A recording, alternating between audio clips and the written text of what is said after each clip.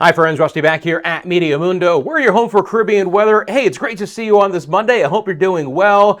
August has arrived coming up. We're going to take a look at the outlook tropically across our area as we get deeper into August. We're going to touch on some storms that are happening right now and some impactful weather for the week ahead. As always, I'd love to hear from you guys. Let me know in the comment section below what's been happening in your area. You got a question about the forecast as well. Let's talk about where storms are firing up on this Monday. You can start to see some of these thunderstorms really begin to get going right now. Look at the lightning count.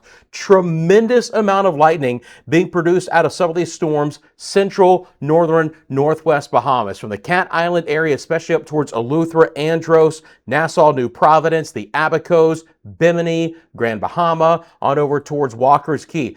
Good thunderstorms over southeast Florida, including Fort Lauderdale and Miami as well. Going to show you guys the live radar out of this area at this point in time. And again, just a good amount of thunderstorm activity for today. Can't even rule out an isolated waterspout or brief tornado, but mainly this is just going to be a concentration of gusty winds, heavy downpours, and frequent lightning. Again, solid lightning counts here. Look at the activity over Andros at the hour as well. This will develop down towards the Keys, from Key Largo back down towards Key West, and additional areas of the northern and western sides of Cuba getting inundated with thunderstorms right now. Havana on over towards Matanzas. So very active weather in those areas.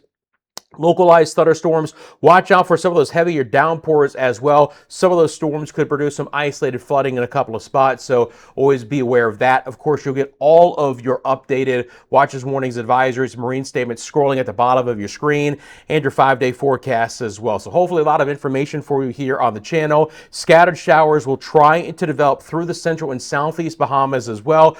A little bit drier air here, San Salvador, Rum Key, on over towards Exuma and south towards the Acklins and Grand Turk, but an isolated shower or thunderstorm not out of the question. Earlier today there in the Caicos, we had a nice little thunderstorm flare up, but again, it's just going to be a lot more concentrated than anything else. If you follow this line back into the northern sides of Quintana Roo, this is another area seeing some impactful storms developing just inland of Cancun and Cozumel, moving west, making a run towards the Merida area and Campeche. Additional thunderstorms are likely to develop down the coast. You can see the onshore breeze promoting at least an isolated opportunity for Belize City, back down towards the Dangriga area, and then the Bay Islands of Honduras. Again, I'm not expecting a lot of activity here, but it's not out of the question to get a couple of cooling showers and thunderstorms at the hour.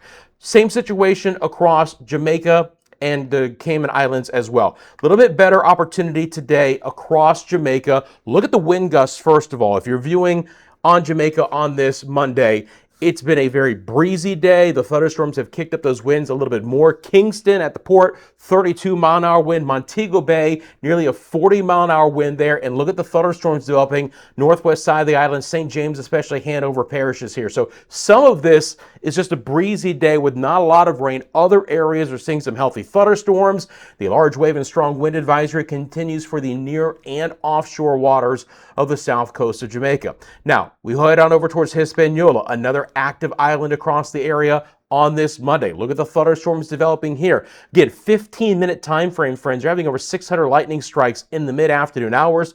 Port-au-Prince, Haiti. Good thunderstorm there. Some of this is falling in the higher terrain areas right along the Haitian-DR border, getting down to lower elevations. That could produce some localized flooding. Watch out for that. Right now, it's a little bit quieter along the southern coastline. St. Domingo on over towards Punta Cana. Most of this activity has been inland.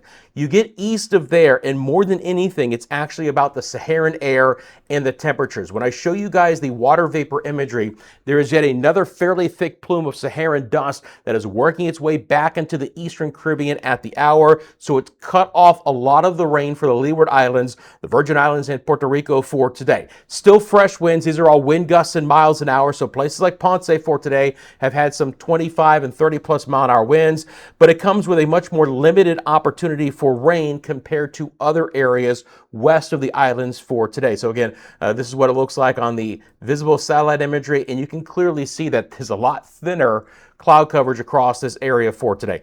Christian said St. Croix, 25-mile-an-hour wind. Same thing for St. Thomas. Breezy conditions across the Leeward Islands as well. Anguilla, St. Martin, St. Bart's, Sabas, St. Kitts and Nevis, on over towards Montserrat, Antigua and Barbuda. Guadalupe has had about a 25-mile-an-hour breeze for today. Few passing showers out there. More than anything, when you look at what's happening at the bottom of your screen, it's more about the dust and some marine issues across the Lesser Antilles today rather than any heavier rainfall. Just an isolated rain chance. Barbados, St. Vincent and the Grenadines, Grenada, T&T, Nueva Esparta with a few showers. Breezy conditions across Aruba, Bonaire, and Curacao. Mid to upper level cloud coverage coming in from the west. There is a bit of an intersection today.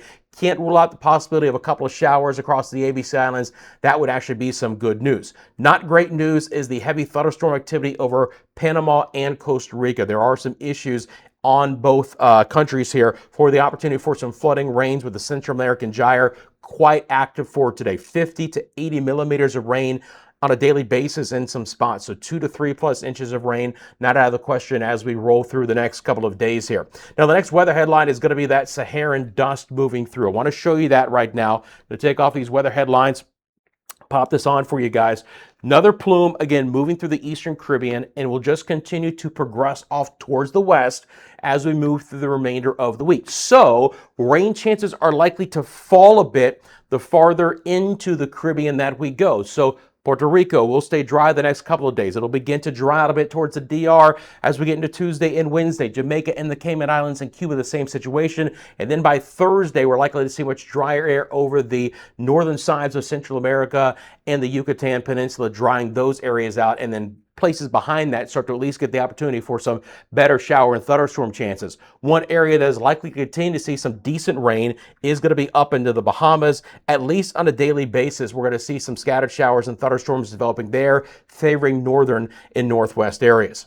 Okay, friends, let's get to the forecast as we do so. Thanks for taking a quick second, hitting that like button. Thank you for subscribing to the channel. You got a question about the forecast, again, feel free to drop it in the comments section below.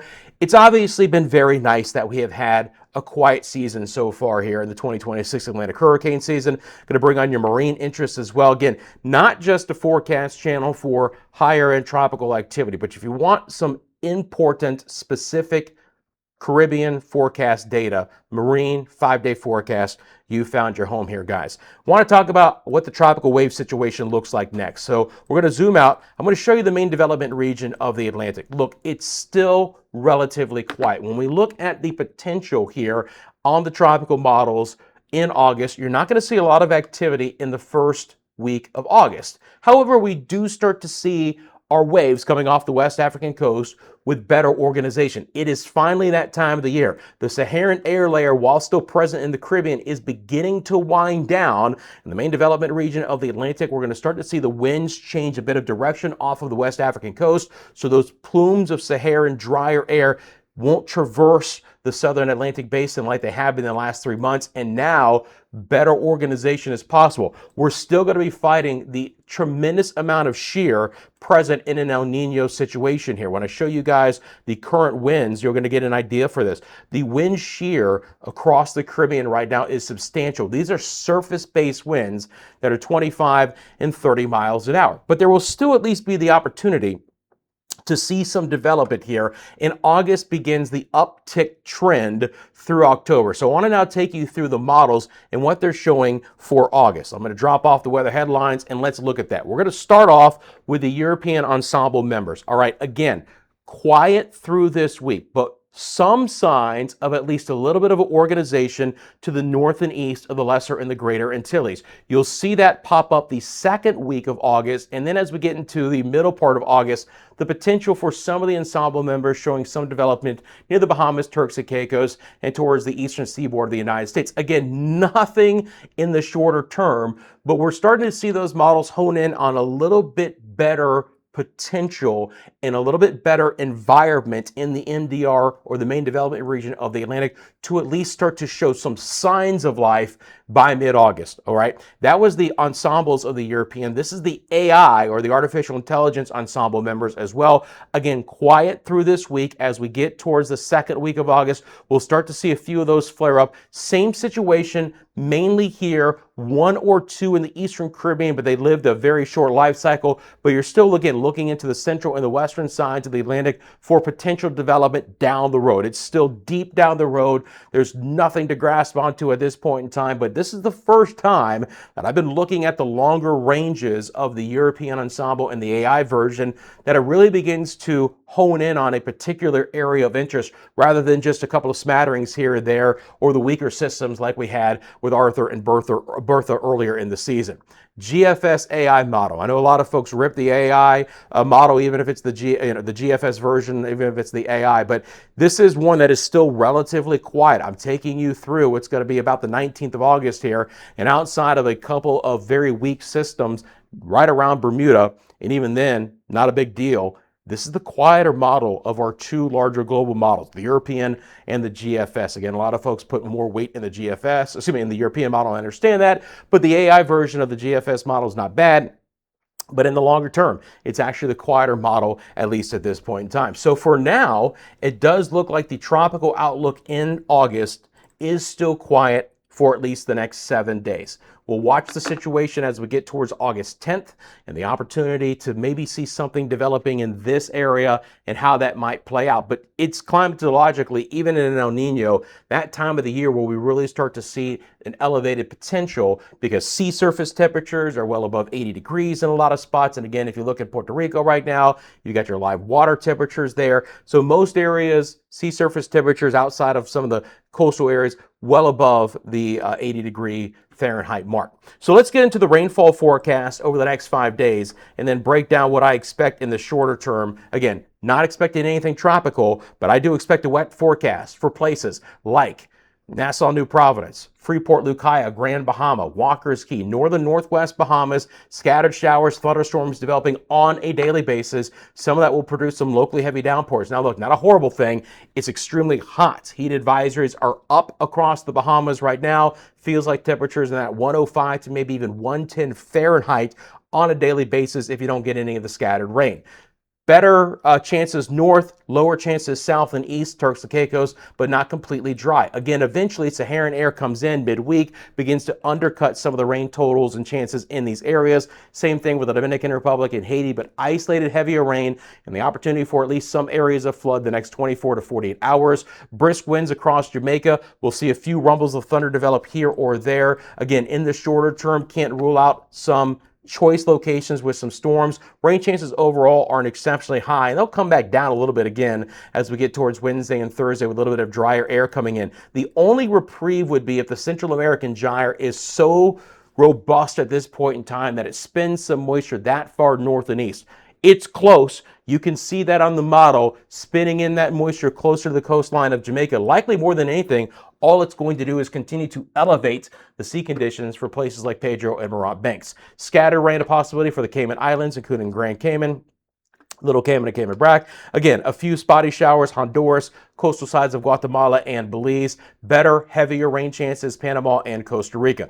ABC Islands, spotty showers at best. Not a lot of rain, though, in the next few days. Rain chances will begin to improve across the Lesser Antilles as we get into Wednesday and Thursday. Let this Saharan air move by. Respiratory sufferers might want to stay indoors. It's going to be hot. It's going to be muggy and hazy. And a few more showers are back into the forecast, especially down towards the Windward Islands, Trinidad, Tobago, maybe towards Grenada, St. Vincent and the Grenadines, Barbados. Far north is St. Lucia. You run into more scattered rain than anything else north of that. Dominica, Guadeloupe, Montserrat, Antigua, Barbuda, St. Kitts and Nevis, St. Bart's and Anguilla. Isolated rain to try and cool things off for the Virgin Islands and Puerto Rico as well. But again, as far as a huge opportunity, I don't see that for the week ahead. When we look at the rainfall totals overall the next 5 days, you are going to see on the European model a band of rain beginning to develop here. Now, this is nothing that is tropical in nature, but it is a surge of tropical moisture there.